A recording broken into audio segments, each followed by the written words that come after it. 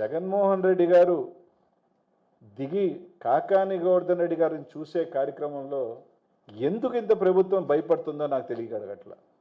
జగన్మోహన్ రెడ్డి గారు బయటకు వస్తే ఈ మధ్యకాలం చూసాం, పొదిలి కానీ సత్తెనపల్లిలో హెలిప్యాడ్ అడ్డుకుంటే ఏ విధంగా జనాలు వచ్చారో చూసాం. ఇదే విధంగా బయటకు వస్తే మీ మీద ఉన్న వ్యతిరేకత కానీ, మీ మీద ఉన్న ఏదైతే మీరు ప్రామిసెస్ చేసినవి అన్నీ కూడా ఈరోజన్నీ కూడా బయట జగన్మోహన్ రెడ్డి గారి మీద ఇంకా కూడా రెట్టింపు అభిమానంతో బయటకు వస్తున్న చూసే ఒక కుట్రతో ఈరోజు చేసే కార్యక్రమం చేస్తూ ఉన్నారు. ఈరోజు ఒక్కటే మేము అడుగుతూ ఉన్నాం, నిజంగా చెప్పాలి అంటే మేము పెట్టిన స్కూలు ఎక్కడ ట్రాఫిక్ ఇబ్బంది లేని ప్రాంతం, ఒక చెప్పాలంటే నెల్లూరు నగరానికి ఒక పక్కన్న ప్రాంతం. మేము పెట్టిన దానికి కాకుండా మేము ఒక దగ్గర పర్మిషన్ ఇస్తాం, 1 కిలోమీటర్ 1.5 కిలోమీటర్ పరిధిలో మేము పర్మిషన్ ఇస్తామని చెప్పి ఒక ప్రాంతాన్ని చూపించడం జరిగింది. దాన్ని ఏవియేషన్ అధికారులు కానీ అందరూ కూడా 3 పక్కల కరెంటు స్తంభాలు ఉన్నాయి, ఇక్కడ కరెక్ట్ కాదు, ఒక్కొక్కసారి ఇబ్బందికర పరిస్థితి ఉంటుంది. ఖచ్చితంగా మా నాయకుడిని, మాజీ ముఖ్యమంత్రి వారిని ఒక ప్రాంతానికి దించేటప్పుడు ఖచ్చితంగా మా రిస్క్స్ మేము కూడా ఇబ్బంది లేకుండా చూడాలి. అట్లాంటి ఒక ప్రాంతాన్ని చూపించారు. ఈరోజు మేము ఒకటే అడుగుతున్నాం, కేవలం అది 1.5 కిలోమీటర్లో ఉంది, ఇబ్బందికరమైన ఇది ఉంది. మేము చూపించింది 2.5 కిలోమీటర్లో ఎక్కడ ట్రాఫిక్ అనేది ఇబ్బంది లేదు.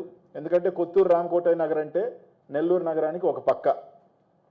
వాస్తవం చెప్పాలంటే అక్కడ ట్రాఫిక్ ఉండదు, ఎటువంటి ఇబ్బంది ఉండదు. దేనికో 3 రోజుల నుంచి ఇంకా కూడా అడిగితే ఈరోజు పొద్దున చెప్తాం, మధ్యాహ్నం చెప్తాం, సాయంకాలం చెప్తాం, రేపు పొద్దున చెప్తాం. ఈ విధంగా ఎందుకు కాలయాపన చేస్తున్నారో తెలియని పరిస్థితులు. ఈరోజు కలెక్టర్ గారు ఉన్నారు, ఎస్పీ గారు ఉన్నారు. మీరేం చేయలేరన్న సంగతి మా అందరికీ కూడా తెలుసు. ఎందుకంటే మీకు ఆదేశాలు పైనుంచి రావాలి, ఆ పైన ఉన్న వాళ్ళకి ఇంకో దగ్గర నుంచి రావాలి. వాళ్ళు గ్రీన్ సిగ్నల్ మీ డీజీకి ఇస్తే, మీ డీజీ గారు ఐజీకి ఇస్తే, ఐజీ గారు ఎస్పీకి ఇవ్వాలి. ఇది మీ పరిస్థితి. ఈరోజు ఒక్కటైతే చెప్తా ఉన్నాం, మీరు ఎంత అడ్డుకోవాలనంటే, మీరు ఎంత అడ్డు చేయాలనుకున్నా 3వ తారీఖున జగన్మోహన్ రెడ్డి గారు రావటం తథ్యం. దాన్ని ఎవరు ఆపే ప్రసక్తే లేదు. మీరు హెలీప్యాడ్ పర్మిషన్ మీరు ఎన్ని కుట్రలు చేసి ఇవ్వకపోయినా మాకు చాలా మార్గాలు ఉన్నాయి. జగన్మోహన్ రెడ్డి గారు వచ్చేదానికి చాలా మార్గాలు ఉన్నాయి.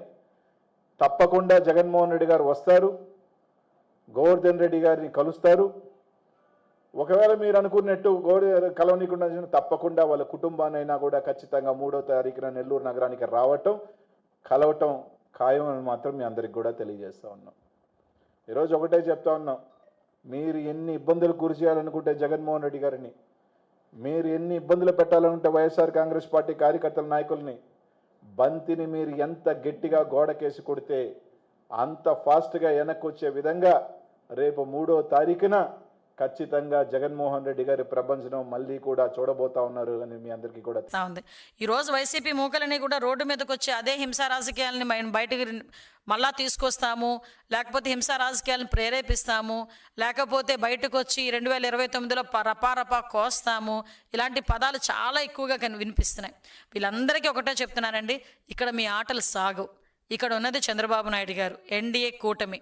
ఎట్టి పరిస్థితుల్లోని కూడా లా అండ్ ఆర్డర్ ప్రాబ్లం వచ్చినా, జనాల్ని రెచ్చగొట్టే పరిస్థితుల్లో మీరు ఎటువంటి వ్యాఖ్యలు చేసినా, అదేవిధంగా ఆడబిడ్డల్ని అవమానకరంగా మాట్లాడినా ఎట్టి పరిస్థితుల్లోని టాలరేట్ చేసే ప్రసక్తి ఉండదు. దానికి తగ్గ మూల్యాన్ని కూడా మీరు కూడా చెల్లించుకుంటారు. దీనికి కొంచెం జాగ్రత్త పడాల్సిందిగా వైసీపీ మూకలకి చెప్తున్నారు. అంటే ఆయనకి ఇంతకు ముందు నాకు తెలిసి నోటిపారుదల శాఖ ఆయన చేస్తున్నాడు, నీటిపారుదల శాఖ, నోటిపారుదల శాఖ. ఇంకా ఆయన అందులోంచి బయటికి రాలేనట్టుంది. ఆయన గురించి ఎంత తక్కువ మాట్లాడుకుంటే అంత మంచిది. నా విలువను నేను దిగజార్చుకోలేను ఆయన గురించి మాట్లాడి. కాకపోతే ఏదైనా విధానపరంగా మాట్లాడమనండి, చిన్న పిల్లోడికి కూడా సమాధానం చెప్తాను. అంతే తప్పించి టార్గెట్ చేసి ఏదో రకంగా మాట్లాడదాం అనుకుంటే కనుక చెప్పాల్సిన అవసరం లేదు. మేము ఏదైనా చెప్పాలనుకుంటే మేము ప్రజలకు చెప్పాలి, మేము ఆన్సరబుల్ ప్రజలకి. ఈరోజు ఎక్కడ ఏ అన్యాయం జరిగినా మాకన్నా ముందు స్పందించే వ్యక్తి చంద్రబాబు నాయుడు గారు.